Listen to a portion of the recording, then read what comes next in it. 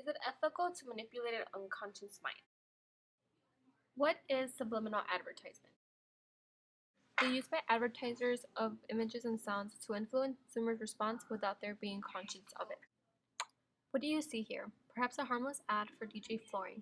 In one sense, you are correct, but if the image is turned and altered, then it completely changes what you saw, and the DJ flooring ad is no longer promoting their company, but something completely different. My name is Erin Wallach. I'm a digital media instructor. I have been working with digital media for 12 years now. What I know about subliminal advertisements is it's a trick that advertisers use to manipulate the buyer's mind or the consumer. They're used all the time. It can be anything from using color theory and color psychology, so like restaurants that will use red and yellow because it causes hunger, or spas that use like a soothing blue to create relaxation. So a lot of different companies will use these tricks in their subliminal advertising to manipulate the consumer to buy their product or to think about their product even after the advertisement's been shown. I believe it's very hard to consider if it's ethical or not. I do believe that there's like a certain age where you can use advertising to children or consumers that don't have a developed mind, because even subliminal advertising, a consumer who is aware and a consumer who is knowledgeable about products would know that they are doing that to them. But children aren't able to decipher the differences. I think that I personally don't think it's ethical to use this as a technique, but I know that it is used a lot and that it will continue to be used. Hi, my name is Vince DiPinto, and I work at Car Outlet as a graphic designer. Do a lot of the ads that go in the newspapers, posters. We do billboards, we do some web stuff, we also do some TV, which I get to add a few things to once in a while. And I've been working here for, well, since really the beginning of the company, since I did the logo for my buddy Stevie, who owns the company. But I kind of came in here full time, I think in 2005. So what do I know about subliminal advertising? Well, not a whole lot. I'm sure I've been affected by it. But occasionally I'll try something like that myself, and I have maybe a story I can tell you. Here at Car Outlet, early on, I would say almost 10 years ago, I got the bright idea to design a car ad that had, it was a big, large print. And on it, I decided to arrange the cars like a cross. 1, 2, 3, 4, 5, and then 1, 2, 3, 4. And in the middle, I had like a big burst.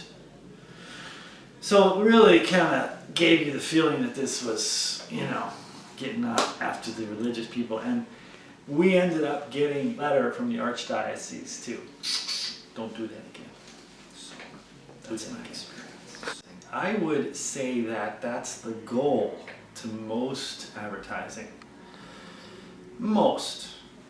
I mean, not always do they come right out and say, "I me," do they? So they try to get there in a different way. And I think that it's just a matter of degree. And there has to be a line in the sand, I would say, for sure. But I still wouldn't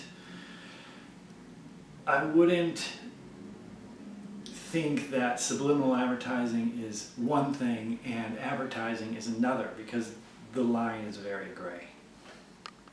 Hi, my name is Jeff Hansen. I'm the Marketing and Advertising Director here at Car Outlet. I started in October of last year.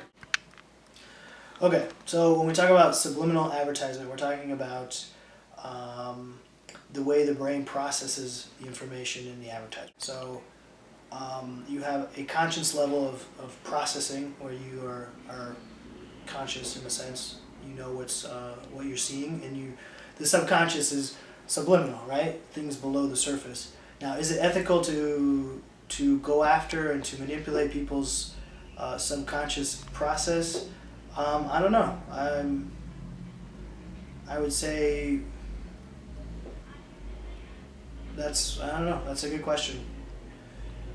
People process things in different ways, and companies obviously want to influence and convince you to buy their products or services. Um, I don't know. If he doesn't know, how would any of us know? Um, yes and no. I think as we talk about subliminal versus, what's the opposite of subliminal? Advertisement. Conscious advertisement, direct advertisement. I can tell you here in this position as a marketing director, as someone in charge of the marketing for a company, my job is to sell a product or a service to someone who needs that product or service. I think when we talk about ethics, you talk about selling or pushing products and services onto people who don't really need those, convincing them otherwise, getting them addicted, whether it be cigarettes or soft drinks or even to an impressionable segment of the population like kids. You say they're not mature enough to make those conscious decisions. Is it right for you to use messages that are beyond their grasp, or sugary cereal or soft drinks or whatever it is? So do I think, and I'll give you an example here. We have Mr. Fernando Fiore. He's a spokesperson. He's a sports reporter who's been doing sports, specifically soccer, for more than, I think, 30 years. A trusted person with the segment of population that we're trying to sell cars to. Is it wrong for me to ask him to endorse our product and help me convince others to buy cars? I don't think it is. I think that's completely ethical. Is done and acceptable here in society. Now, am I trying to sell a car to someone who doesn't need a car? No, I'm not interested in doing that. I'm interested in those looking to buy a car, and I've asked Fernando Fiore to help me convince them to, when they go and buy that car, come and see us or come and subconsciously you do that, and I think that's a form of subliminal messages that works. I think it's but also ethical. I think it's right for a company to get spokespeople to endorse their products when it's appropriate. Of course, there's always the line. Throughout my video, you see a brief frame of a video completely out of place. This is the video in regular speed. This was done to show a way of subliminal advertisement. In 2007, during an episode of Iron Chef, there was a glitch in the system which led to a McDonald's logo to appear with the words, "I'm loving it." Although this frame only appeared for a quick frame, it became one of the most famous types of subliminal advertisement. With my video, I was trying to convey the same effect as McDonald's.